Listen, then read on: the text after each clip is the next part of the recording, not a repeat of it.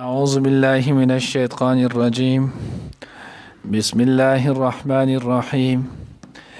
ود كثير من أهل الكتاب لو يردونكم من بعد إيمانكم كفارا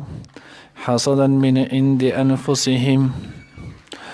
من بعد ما تبين لهم الحق فاعفوا واصفحوا حتى يأتي الله بأمره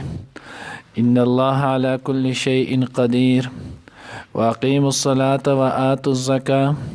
وما تقدموا لأنفسكم من خير تجدوه عند الله إن الله بما تعملون بصير. نانی درس کی ان شاء اللہ العزیز سورۃ بقرہ رکوع نمبر 13 آیات نمبر 109 او 110 چین واغد و آیاتو ویلے کیگی. ود كثير من أهل الكتاب لو يردونكم من بعد إيمانكم كفارا. د دې شان نزول متعلق چې نو هغه لیکلي دي تفسیر خازن کې چې نو د دې شان نزول لیکلي وی چې کله چې نو غزوه احد وشوله نو د غزوه احد د واقع نه ورستو حضرت نو حذیفه ابن یمان رضی الله تعالی عنہ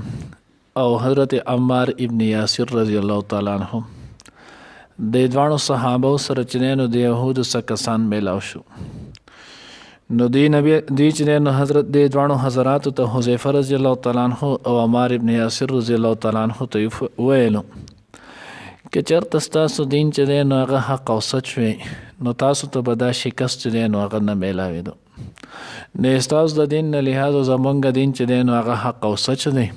د تاسو د چل وکي چې زمونږ د دین يهودیت طرف ته چې نو هغه تاسو راشي. نو حضرت عمار ابن یاسر رضی الله تعالی عنہ چې نو هغه ته فرمایل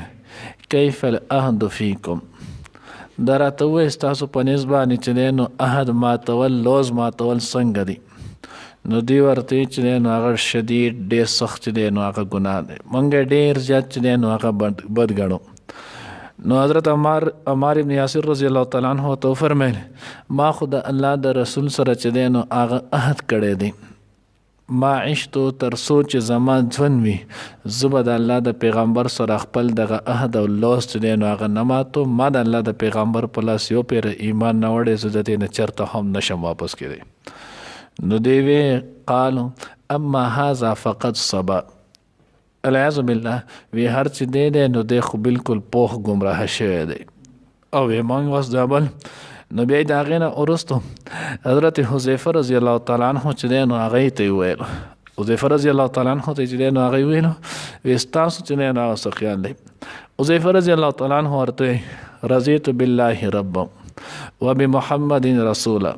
وبالاسلام دینا وبالقرآن اماما وبالكعبة قبلة وبالمؤمنين اخوانا. زه په دې خبره ما د الله سره چې نو هغه زه د الله نه ډیر زیات خوشاله او زه په دې راضي یم چې الله زما سره نو هغه رب دی وبمحمد رسوله او نبی رسول الله والسلام چې نو هغه رسول دی د الله حق او سچ پیغمبر دی وبالاسلام دین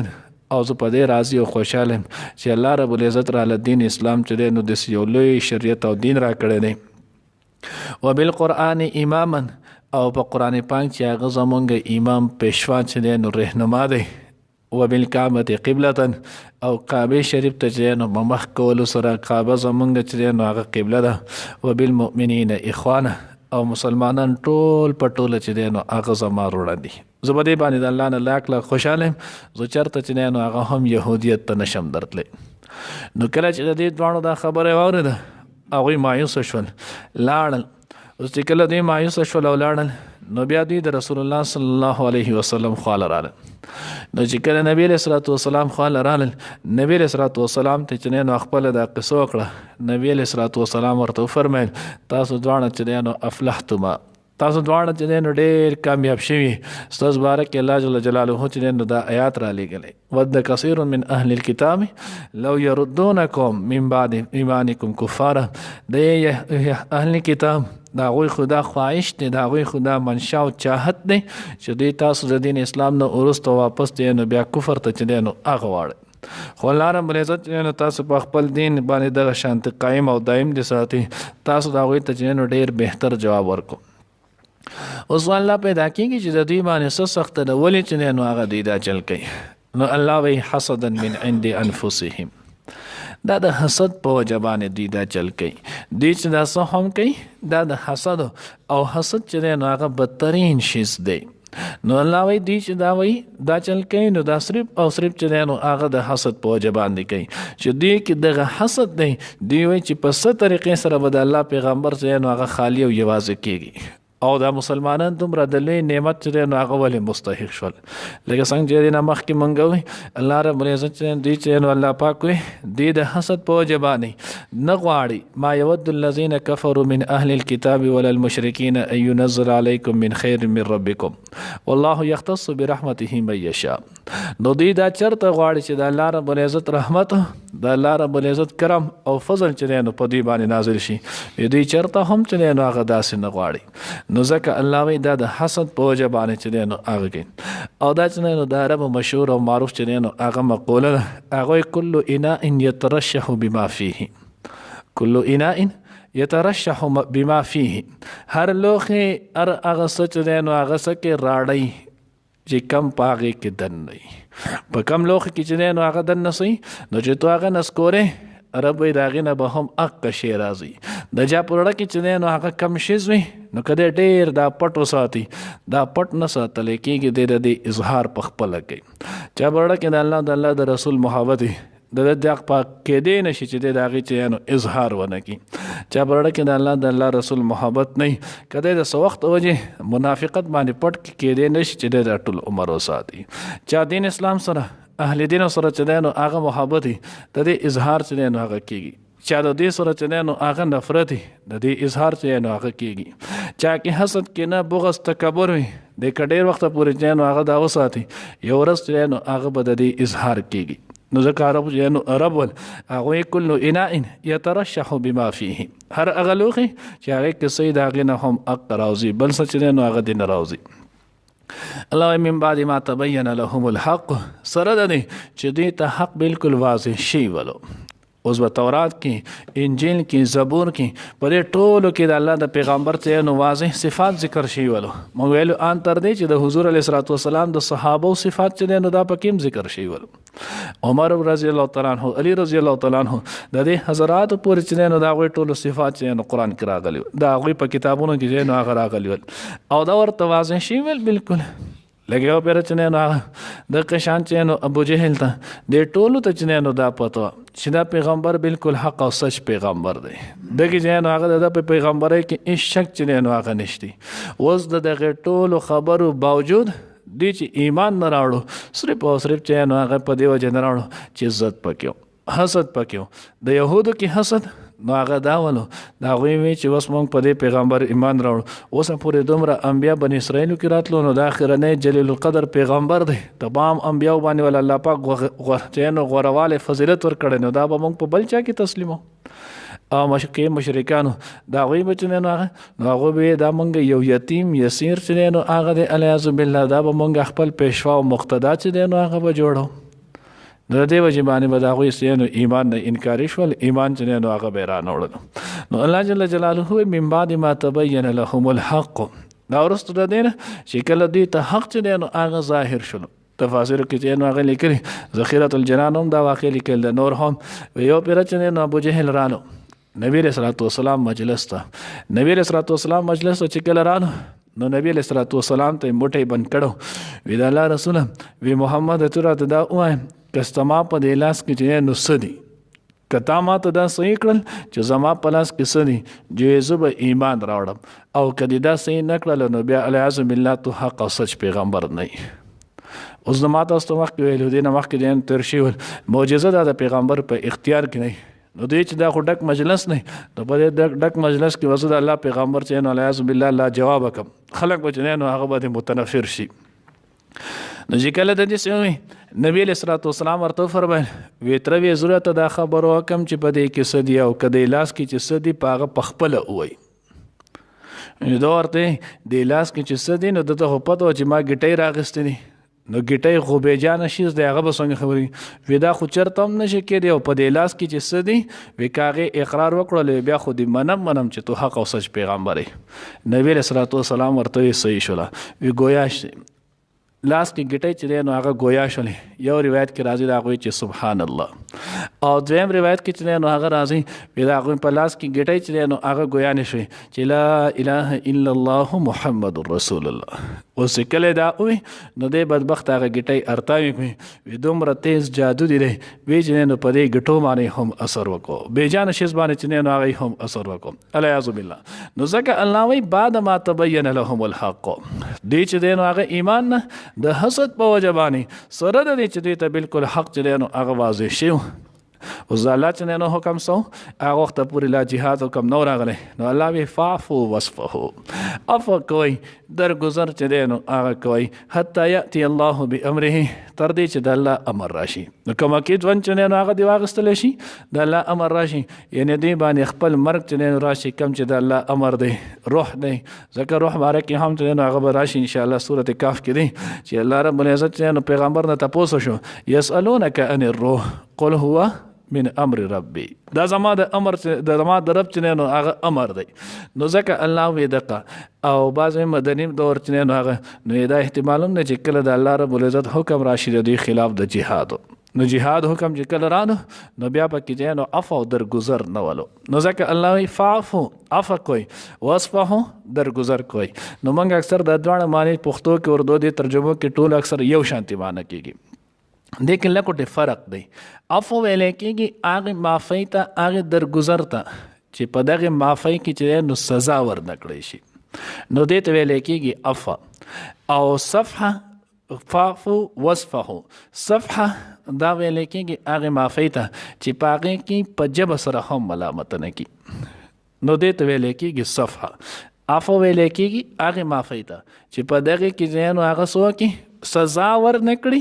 او اسې خبرې چې نو هغه ورته کولی شي ملامتیا خبرې چې نو هغه ورته وکړي خو وی نه وهي، سزا ول ورنه کړي. صفحه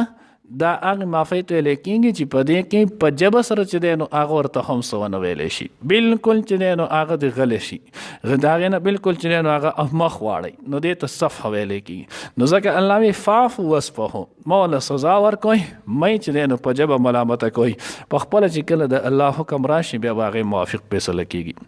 ان الله علی کل شیء قدیر، الله رب العزت چې نو په هر شیز باندې قادر دی. واقیموا الصلاة وآتوا الزکاة، الله وی مانځ چې دی نو هغه قایم کوي، وآتوا الزکاة او زکات چې دی نو هغه ورکوئ. وما تقدموا لانفسکم من خیر تجدوه عند الله، تاسو چې کم عمل هم کوئ مخکې وړاندې لېږئ تجدوه، تاسو به دغه عمل بیا چې دی نو هغه مومئ عند الله د الله په نسبت باندې. اوس د دې نه چې دی نو هر عمل چې سړی وکړي مخکې ولېږي د دې ثواب چې دی نو هغه به موندلی کېږي. برابره خبره ده که دغه عمل قولی وي او که دغه عمل چې دی نو فعلی وي، بیا برابره خبره ده که دغه عمل بدني وي او که دا عمل عبادت چې دی نو هغه څه مالی وي، که دا فرایض وي او که دا سنن او نوافل وي. سوره عمل دی هم انسان کوي دا ټول چې دی نو فرشتې محفوظ کوي، په ورځ د قیامت به انسان ته په هغې باندې یا جزا او یا سزا چې دی نو هغه میلیږي. نو ځکه الله وایي وما تقدموا لانفسکم من خیر تجدوه عند الله. اما عائشہ رضی الله تعالی عنها چې دی نو هغه روایت دی ترمذي ثاني کې چې نو هغه ذکر کړی دی، یو پیر چې نو هغه وفرمایي د الله رسوله ما چې نو هغه بېزوه قرباني مې کړله، صدقه مې کړله، ټوله چې دی نو هغه ما خرج کړله، سیوا چې دی نو هغه د دې یو ولې نه دا مې ښودی دی ځکه د ستاسو چې نو ډېر خوښ نو په دې وجه دا مې ساتلی دی. نبي علیه الصلاة والسلام عایشه ټوله چې دی نو هغه دې جمع کړله، سیوا چې دی نو هغه د دې یو ولې نه. کم چې صدقه شولو نو دا مخکې لاړو د الله جل جلاله سره چې نو هغه جمع شولو، الله رب العزت به دله په ورځ د قیامت په هغې باندې ثواب درکوي، او دا کم چې په خپله دې خوړلو نو دا ختم شولو. نو ځکه الله وایي ما تقدموا لانفسکم من خیر تجدوه عند الله. اوس د اعمالو د قبولیت دپاره 3 شرطونه چې دی نو هغه دي، د دې کې اکثر تفاسیرو لیکني د اعمالو د قبولیت دپاره 3 شرطونه دي. شرط نمبر 1 صحیح عقیده، چې کومې پورې چې عقیده صحیح او درست نه وه نو د هغې پورې عمل چې دی نو هغه نه قبلیږي. نو صحیح عقیده صحیح ایمان دا چې دی نو د عمل د قبولیدو لپاره بنیادي چې دی نو هغه شرط دی. دویم شرطو د ریا او د دکلاوی نه به دغه عمل چې دی نو هغه پاک وي. که په دې عمل کې ریا وي او دکلاوی نو دا عمل بیا الله رب العزت ته چې نو قابل قبول نه دی. الحفیظ الامان. ولی ځکه چې ریا عمل الله نه قبلوي. لکه مثال په تور کې حدیث مبارکه کې راځي د الله پیغمبر فرمایي من صلى ليراء فقد اشرک ومن صام ليراء فقد اشرک ومن تصدق ليراء فقد اشرک. الله پیغمبر فرمایي منځ لوی عبادت دی خو کچا دا د ریا د پاره وکړلو دکلاوی د پاره وکړو خودنې د پاره وکړلو په دې سره چې نو هغه شرک خفي وکړو. کچا روزه چې نو لوی عبادت دی الله پیغمبر فرمایي چې الله وی حدیث قدسی دی الصوم لی وانا اجزی به. روزه زما د پاره ده زه به د روزې چې نو هغه بدل ورکوم. خو کچا دا د ریا د پاره ونیوله الله پیغمبر فرمایي فقط اشرک دې سړی چې نو هغه شرک وکړلو. او صدقه لې عبادت دی بدن مالی چې نو هغه عمل دی خو کچا دا چې نو صدقه د ریا د پاره وکړه نو د دې سړی د عمل قابل قبول نه دی. الله پیغمبر فرمایي فقط اشرک. او دریم شرط چې دی نو هغه سنت مطابق وي. هر عمل دا به الله قبلېږي چې کله دا د سنت مطابق وي. اوس عمل یې وکړلو خو سنت طریقې موافق نه ونه کړلو دا عمل چې دی نو هغه نه قبلېږي. که د هر څومره چې نو ځان ستړی کړي هر څومره چې نو هغه عبادت وکړي هر څومره چې نو هغه مال وغیره چې نو هغه هر څه چې دا خرڅ کړي خو چې کله د الله پیغمبر طریقه په هغه کې څنګه مطلوبي هغه شانتي ونه کړلو دی بني آدم ته چې نو هغه یو ښه ثواب په هم نه میلایږي ځکه چې نو الله ته د قبولېدو دپاره چې نو هغه مطلوب د الله د پیغمبر سنت طریقه ده. نو ځکه ویلی کېږي چې د عمل ما تقدموا لانفسکم من خیر تجدوه عند الله دا به الله د الله سره مومي چې کله د دغه دریو شرطو تحت چې نو عمل وشي صحیح عقیدې سره د ریا او دکلاوي نه پاکو او دریم د سنت مطابق. الله دې موږ ته نصیب کړي. نو الله وی ان الله بما تعملون بصیر. الله رب العزت تاسو هر عملونو چې نو هغه ګوري یعنی د الله نه تاسو یو عمل چې نو هغه هم پټ نشتی. نو چې کله نشته نو هر عمل چې کې صرف او صرف د یو الله لپاره کو اخلاص نه چې نو هغه کار اخله ریا او دکلاوی نه چې نو ځان ساته. الله دې موږ ته دغه شی اخلاص نصیب کړي. ود کثیر غواړي اکثر خلق من اهل الكتاب د اهل کتابونه لو يردونکم چې کاش واپس کی تاسو لره من بعد ایمانکم تاسو د ایمان راوړلو نه ورستو کفارا کافران یعنی کفر ته حسدن د حسد په وجه من عند انفسهم کم چې د دوی پزړونو کې دی من بعد ما ورست د اغنه تبین لهم الحق چې واضح شول دی تحقو فعفو پس معافی کړه وصفحو او مخواړو در گذر وکئ حتی تر دې چې یاتی الله بامره راوړي الله پاک خپل حکم یعنی راتلو الله چې نو نوې حکم راولېږي د دې د قتال او یا چې نو مرګ پر راشي. ان الله یقینا الله پاک علی کل شیء په هر شی باندې قادر دی. واقیموا الصلاة او قائم کئ موضوع وآتوا الزکاة ورکی زکات وما تقدموا او هغه چې وړاندې لګئ مخکې لګئ تاسو لانفسکم د خپل ځانونو د پاره من خیر انساني کې تجدوه بیا به مومئ تاسو هغه عند الله د الله سره. ان الله یقینا الله پاک بما تعملون تاسو په عملونو باندې بصیر لیدونکی دی.